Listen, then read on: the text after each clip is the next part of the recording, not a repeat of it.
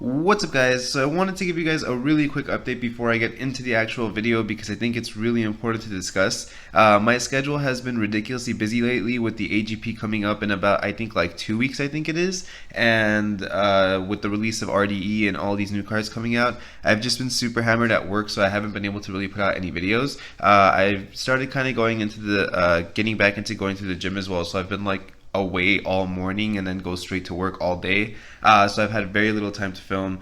And then typically I like try to set days aside that I can film on the days that I don't work as many hours. But it's been kind of hard with the whole situation I have with my mom being home and whatnot. For an update on that, because that also has to do with kind of the announcement.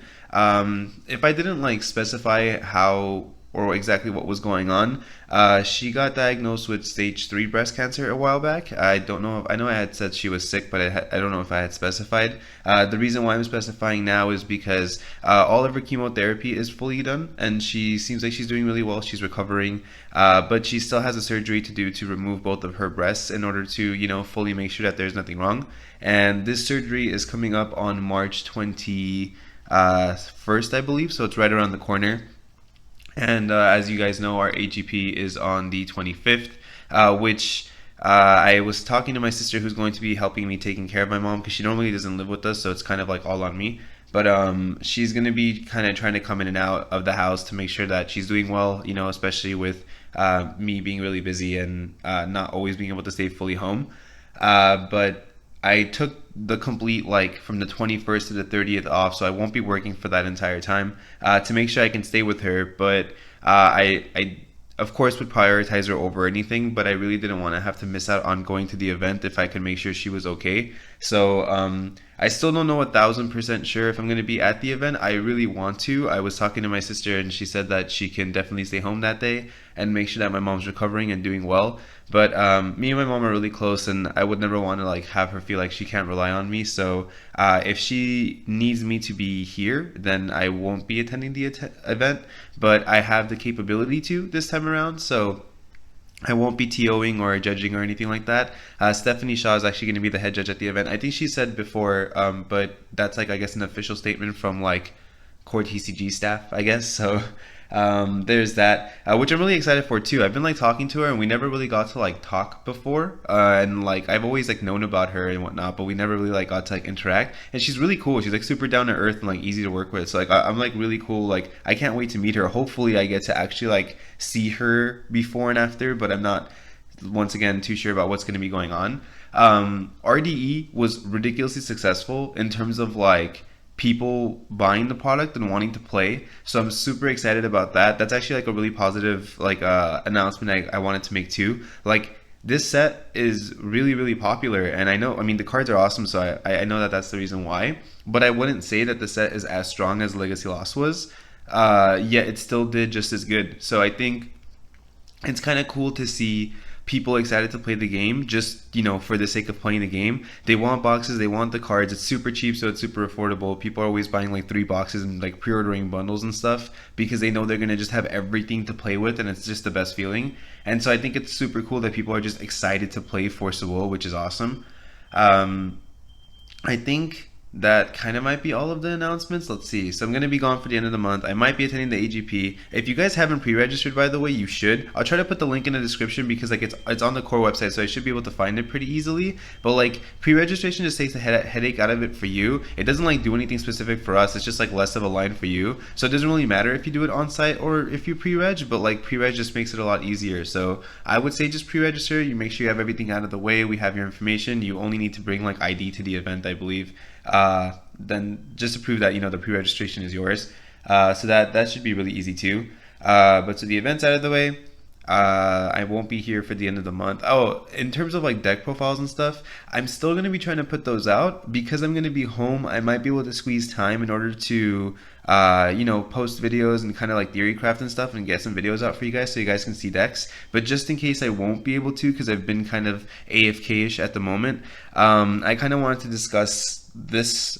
You can't see my finger rolling around, which I guess is irrelevant, but I had to do it anyway. But I wanted to talk about the rulers and how I think you should be building these decks, just in case I want to be able to get deck profiles out for you guys. But I know like a lot of people like the theory behind stuff, and a lot of people always ask me, like how do you come up with these deck lists, and what is it that like goes through your mind when you're like deciding to build these decks. So I figured, I'd talk about the rulers in this set and what I think, they can and can't do, and whether they're gonna make like an impact on the meta or not. And so I figured like I just kind of give like a general like rough overview of all of them. And so starting off with Gil, Gil is, I think, probably, it would be okay in terms of like playability. I would say it's either like tied between Persia and this Gil. Well, I should say Alamut, so it's not confusing. So Alamut and Persia are probably like the most playable ones in this set, followed by Kaguya, because I think she's just really complicated, but I think you might be able to make something really good with her.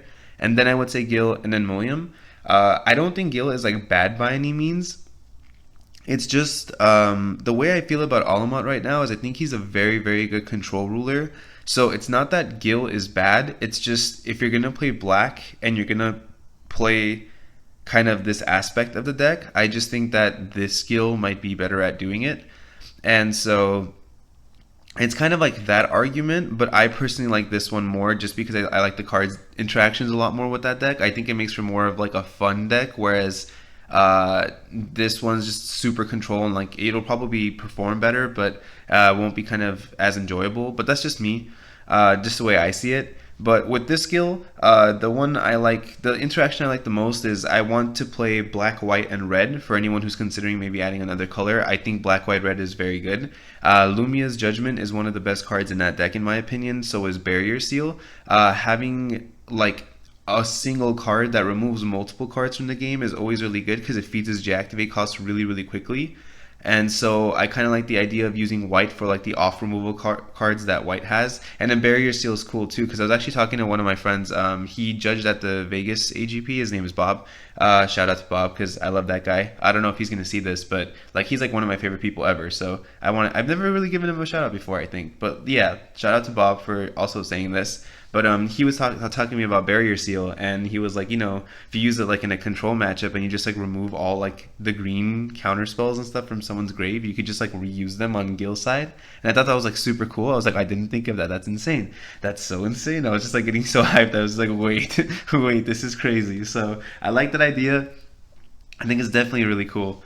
So that's kind of like the angle I think Gil should go. I was always on Lumia's Judgment because I just thought that card was crazy, but the Barrier Seal idea is pretty cool too. And so I think if you're gonna play Gil, black, white, red is probably the way to start. Millium is coming up next. He's the one I weirdly wanted to play the most outside of like Kaguya because everyone knows how like obsessed I am with that family. I don't know if I've ever actually said this, but like I actually have to I have to reenact this right now because I haven't done like a lore video in forever, but like I have to show you guys this. So like how Kaguya is like really quirky and like dumb. I don't know if anyone like follows the lore, but like I used to do lore videos when I had more time, and like I would like reenact the characters' personalities because like I'm just weird and I think that's funny. And like I literally imagine any fight scene. I wish I had like the other Kaguya because this one's like crying and it's sad, but like the quirky one, like the first TMS ruler where she's just like with a band-aid on her foot.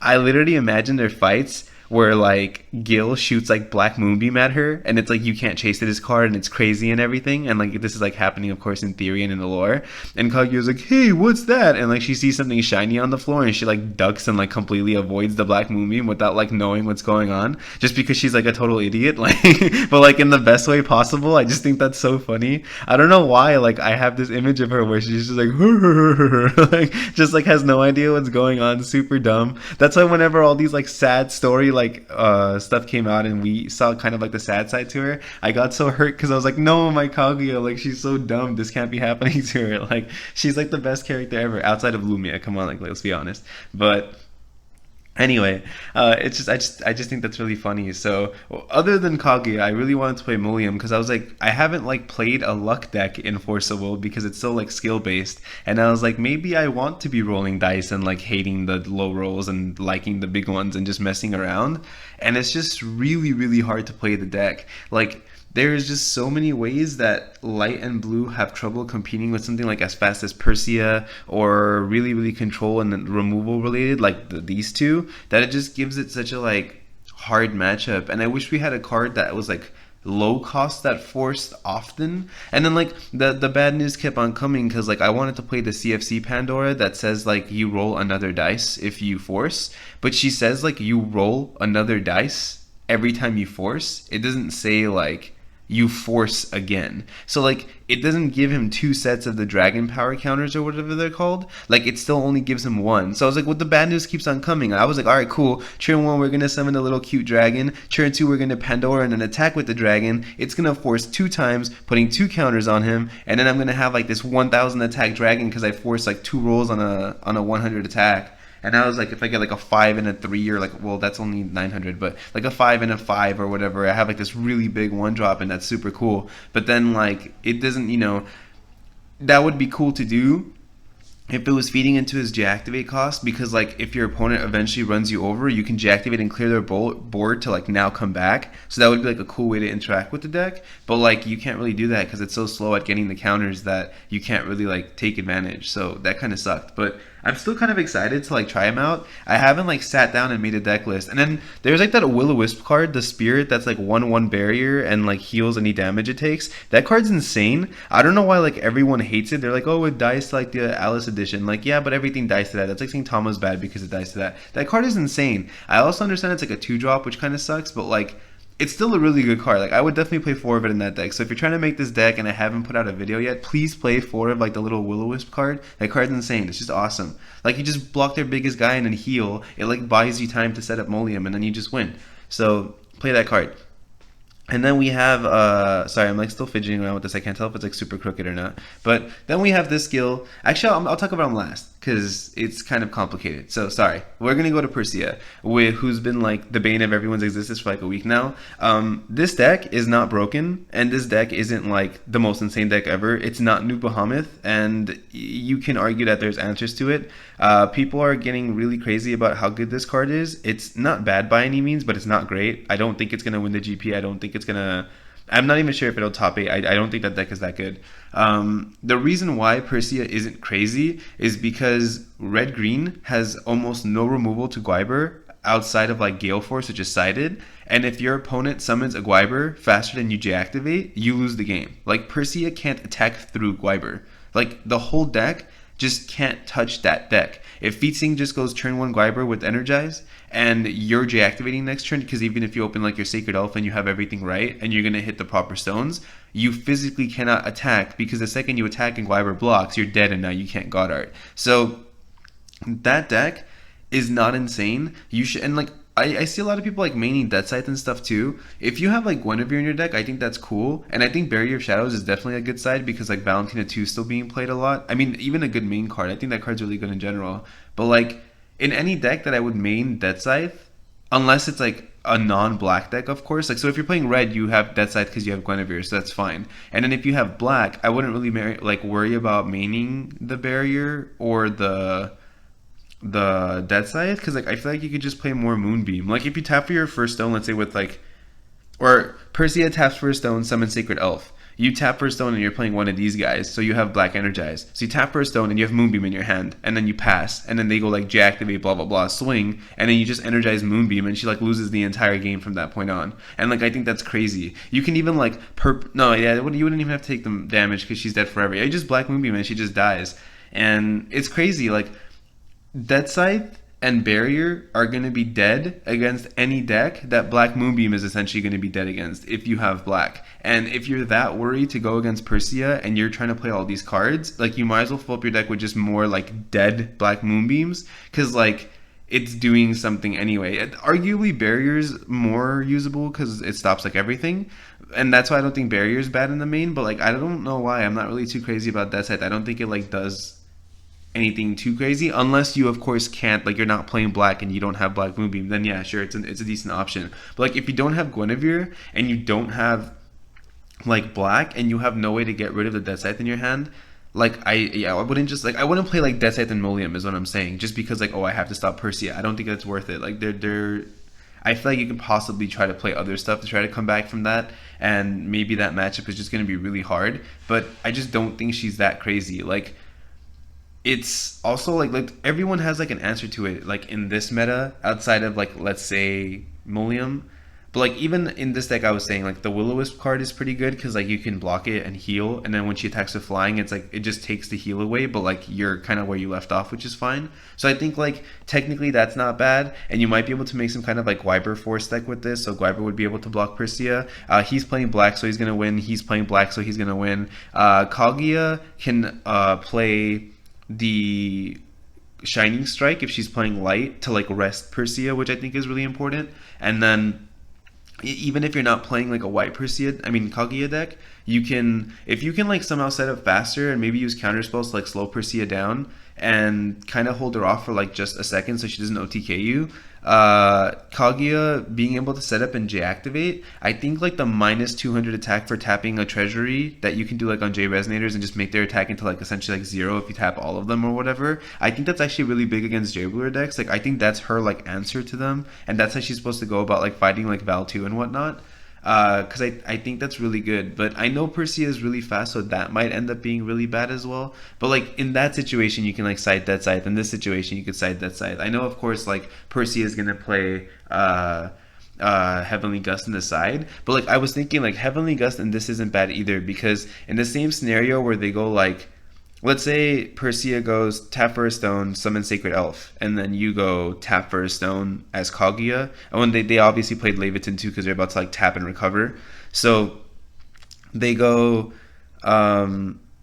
pass, you tap for a stone, you have Heavenly Gust in hand, you hold your green Energize and just pass. And then they go J activate Persia, on draw, tap Leviathan, recover, J activate Persia by tapping Sacred Elf, and then they enter the field and target their stone, and then in response you energize and you Heavenly Gust the Leviathan, and then they recover their stone, and now they can't swing because they don't have swiftness. And like if they have another Leviathan at that point, it's like sure, I'll give it to them because like I couldn't do anything anyway. Like I of course probably sided that side as well, but like there's ways around it. It's not like the craziest thing ever, and it's not like super oppressive and impossible to beat. So I don't really think that it's that bad, but we'll have to see. I've played like around with Persia, but I haven't like played it against Gil and Millium and these like kind of slower decks. So I have to see how she feels against those decks. But like, you know, if I'm feeling as though I'm playing Kaguya with all blue-green and I'm having trouble against Persia, then maybe I'll just try a white version with Kaguya that has the Shining Strike, so I have a better matchup. But like, which I don't think that version's any like worse than the blue-green version. It's just the current idea I have is just different at the moment. So I'm not sure. Like, I don't think anything is super oppressive. I think these are all like really maintained and not too bad. Featsing is still like a really good ruler. I think Fox is pretty good as well. I don't think he's like completely dead yet. We're not seeing a lot of removal right now, so I just don't think it's that bad of a deck. And then, except for Gil has a really good matchup against Fox. This deck, I guess it's really important to say, this deck should not be played with any intent of getting to the last form, or even really the second one. You can if you want to like have a fun deck that does that. There's nothing wrong with that. But in terms of like you wanting to be as competitive as possible, I would not play a deck that focuses on any side other than this one. This deck is like the best toolbox control deck. Having access to stuff like Ancient Heartfelt Fire, Ancient Knowledge, Rune of Soul to search Black Moonbeam. By the way, like if you open Rune of Soul and like Ancient Heartfelt Fire in this deck and you're playing against Persia, you can literally like, so you tap for a stone, you have 2 mana counters, you remove 1 to gain 3 more with Ancient Heartfelt Fire, and you have 4, and then she deactivates and you go 2 for Rune of Soul, Black Moonbeam, and she just loses the game, like immediately. She literally just dies. Like, that's insane. That's so insane. Like, there's just so many outs, and I think this deck is really, really toolboxy. I hate the art on this card because he's like so gross looking that it makes me really sad, because like if it was this guild that had this effect and it was that art, because I think it's like super cool looking, I would have been so down to play this deck. But like I don't know if I want to play this because I'm like really about like aesthetics and I just don't like the way he looks. But like I love the toolbox option. I feel like this deck, like the Alamat deck, just has an answer for everything, and they just have so many cards they can search and so many cards they could play and just so many colors they can use that it's really, really crazy. But of course Shackles of Ice really hurts that deck too, so there's of course an out for that as well. I don't want anyone to feel like all of this stuff is like super oppressive, because it's not. Like there's pretty much a reasonable out. It's not even like a bad out, it's like really reasonable outs to any of these. So if you're planning on playing Alamat, please don't like think about like at worst I would just deactivate the first time just to start swinging for 1,000 like if I need to, but I don't even think he needs that. There's just so much that could be doing with cards like with the ancient magics and with like the rest of what Black has to offer that I think it's just really really strong, and I don't think people should underestimate it. I think they're like kind of just taken away by how much is going on with this card that they're just kind of like brushing it over, and Persia is very simple and just like herp derp attack and like people just like that for some reason. But I really think Alamont is really really good and shouldn't be taken for granted. I think he's gonna make a really big like impact on the meta. But yeah, like that's kind of like the overview I have for these 5 rulers and kind of RDE in general. I hope I can put out deck profiles really soon because I want to be able to do that. I hate when I don't have time to film. Like it actually stresses me out during my everyday. Like I'll be at work with just like a headache and I'm just like, man, I couldn't do anything this morning. I wasn't able to put out a video. And you know, I have been going to the gym a lot and like being busy in the mornings, and sometimes maybe on some of those days I would have the time to film instead. But if I've learned anything like recently, it's like I can't really jeopardize health over anything. Like with the whole situation I kind of have with my mom at the moment, I don't want to do that. And I'm doing my best to like maintain a sane, you know, healthy normal life while still being able to do everything I can for you guys, because this is of course like this is something I've been working for 2 years. Like my channel has been up for I think a little over 2 years now, and I don't want anyone to, you know, see it as being inactive or anything, because I do try to do the most I can. And I hope people understand to some degree too that, you know, the work I do like through CoreTCG for you guys as well, like the best I can is you know, part of this to me too. Like I try to help in any way I can, whether it's providing content, whether it's getting you guys promo codes, whether it's you know, trying to make the best prices for all of the singles, the best prices for the boxes, the sleeves, the mats. You know, like a lot of people have grown accustomed to ordering off TCG Player, and I'm not saying this in a promotional way. I'm not saying this in a like, oh yeah, you should buy from us because I want to make the store money. But like if you order online and you haven't checked out the website yet, you really should, because I'm fully in charge of anything Force of Will related there, and I know I'm doing my best to be able to like price stuff and get you guys cards and do it in a non like I know what cards should be priced at. And of course sometimes, you know, you can't price things too low because then you'll just get bought out by other, you know, people that are trying to sell stuff for more. But for the most part, I'm pretty sure we've always had like the cheapest prices for anything Force of Will related. I always try to make sure that like the collections that we were selling were priced correctly and not overpriced. We actually sold a couple of those, and I was really happy to be able to like put those up for people and make sure that they get, you know, everything that the collection came with. Because I was like, we were selling like playsets of every card in the set for people that didn't want to buy boxes, or like if you want everything in full art, we had like that option too. Because like that's how I am too. I just buy everything in full art. So I was like, oh, maybe, you know, other people want this and it's like not as accessible and they don't want to have to like add 4 of every card to their cart, so like just like make a file that says like this is 4 of every card in full art.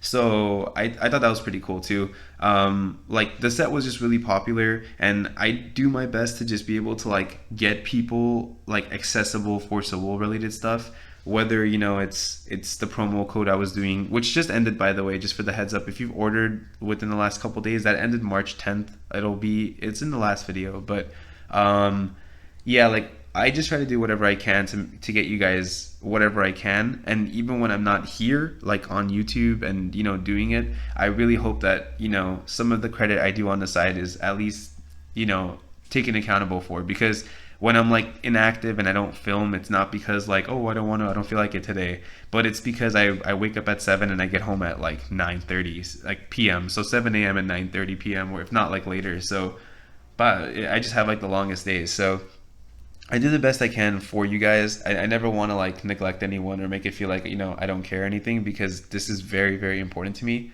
And yeah, I mean, I didn't really want this video to be like so side conversation-y, I guess, because I really just wanted to do an RDE video, but I thought it was important for you guys to know that, you know, this is kind of my mentality and this is like what's going on right now, and it's, you know, just something that I have to get through in terms of like waiting on my mom to get better and, you know, being able to do the best I can for myself and for you guys. So I hope like there's, you know, at least some kind of understanding and people aren't mad at me for it. So yeah, I mean, if you guys have any other questions though about this or about anything, if you guys want to ask me any other questions that I might not have been clear about, definitely make sure to leave it in the comment section below so I can get back to you as soon as I can. And I'll definitely catch you guys next time.